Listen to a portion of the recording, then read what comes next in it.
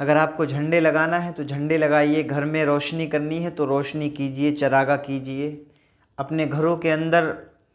محفل رسول کا انعقاد کیجیے اور حضور صلی اللہ تعالی علیہ وسلم کی محفل کو سجائیے۔ لاکھ کوئی جو ہے حرام اور شرک کے فتوے لگائے، کہنے والے کہتے رہیں گے، اور ان سے بس اتنا پوچھ لینا جو لوگ یہ کہیں کہ آپ جو ہے جھنڈے لگا رہے ہیں اور روشنی کر رہے ہیں، یہ سب جائز نہیں ہے، فضول خرچی یہ حرام ہے۔ تو ان لوگوں سے آپ ایک بات پوچھنا کہ ان کے گھروں میں جب کوئی اولاد پیدا ہوتی ہے تو اس کی خوشی میں بھی وہ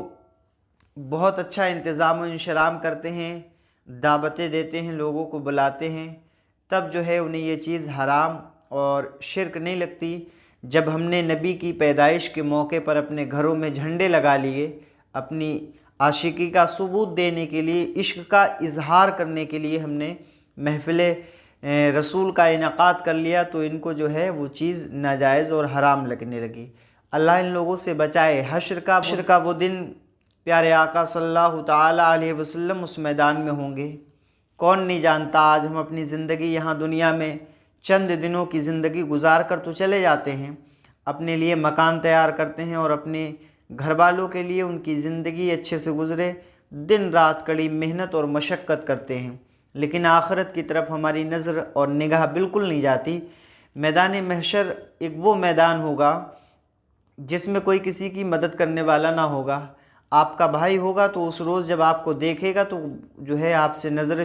چرا لے گا، آپ کو جو ہے پہچاننے سے انکار کر دے گا۔ آپ کا باپ ہوگا، آپ کی ماں ہوگی، وہ بھی آپ کو اس دن اس حشر کے میدان میں جو ہے پہچاننے سے انکار کریں گے اور آپ سے نظریں چرائیں گے۔ آپ بھی دوسروں سے نظریں چراتے اور بچتے بچاتے گھومتے ہوں گے، لیکن اس میدان کے اندر یہ امت اس طریقے سے پریشان گھومے گی، اور آدم علیہ السلام سے لے کر دیگر انبیاء علیہ السلام کی مقدس بارگاہوں میں پہنچیں گے، لیکن کہیں سے بھی راحت کی کوئی امید نہیں ملے گی۔ یہ دن ایسا دن ہوگا جس دن حضرت آدم علیہ السلام کو اپنی فکر ہوگی، حضرت عیسیٰ علیہ السلام اپنی فکر میں مبتلا ہوں گے، حضرت موسیٰ علیہ السلام خود اپنی فکر میں ہوں گے، حضرت ابراہیم علیہ السلام اپنی فکر میں مبتلا ہوں گے، حضرت ہود، حضرت لوط، حضرت یعقوب، حضرت شعیب و جملہ انبیاء کرام اپنی اپنی فکر میں جو ہے مبتلا ہوں گے، کوئی کسی کی مدد کرنے کے لیے تیار نہ ہوگا۔ ایسے ماحول میں اور اس فکر کے ماحول میں ایک آواز سنائی دے گی،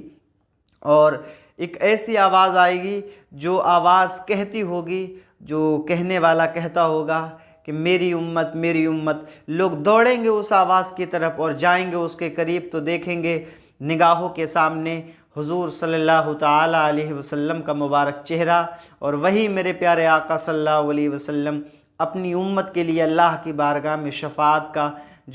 شفاعت کی درخواست کر رہے ہوں گے، اور اپنی امت کی بخشش کے لیے اللہ سے دعا کر رہے ہوں گے۔ اپنی امت کو اپنی طرف ایسے ماحول میں بلانے والے ہمارے پیارے آقا صلی اللہ علیہ وسلم کی اگر میلاد پر ہم خوشی کا اظہار کریں اور جھنڈے لگا لیں، تو ان ظالموں پر نہ جانے کون سی بجلی گرتی ہے جو یہ حرام اور شرک کا فتویٰ لگانے لگتے ہیں۔ دلیلیں مانگتے ہیں، انہیں سینکڑوں دلیلیں دینے کے بعد بھی یہ ماننے کے لیے تیار نہیں ہوتے۔ میں آپ سے کہنا چاہوں گا، آپ بغیر دلیل کے آپ جو ہے عشق رسالت کا اظہار کیجئے، اپنے گھروں میں جھنڈے لگائیے۔ کوئی دلیل مانگے تو بولنا کہ بغیر دلیل کے اب ہم یہ کام کریں گے، اگر روک سکتے ہو تو روکو، کیونکہ ہمارے پیارے آقا صلی اللہ علیہ وسلم اس میدان میں ہماری فکر کریں گے۔ جب تشریف دنیا میں لائے تھے تو اس وقت بھی امت کی فکر، اور آخرت میں بھی امت کی فکر میرے آقا صلی اللہ علیہ وسلم کر رہے ہیں۔ اور حضور صلی اللہ علیہ وسلم کی شفاعت ان لوگوں کے لیے نہیں ہوگی صرف کہ پرہیزگار، نمازی اور متقی لوگوں کے لیے، بلکہ اللہ تعالیٰ کی بارگاہ میں میرے آقا صلی اللہ علیہ وسلم اپنی امت کے گناہگار لوگوں کی جو ہے شفاعت کروائیں گے، اور اللہ سے جنت عطا فرمائیں گے۔ اللہ تعالیٰ اپنے محبوب کے صدقے میں اپنے محبوب کے امتیوں کو جو ہے جنت عطا فرمائے گا۔ امید کرتا ہوں بات سمجھ میں آ گئی ہوگی۔ السلام علیکم۔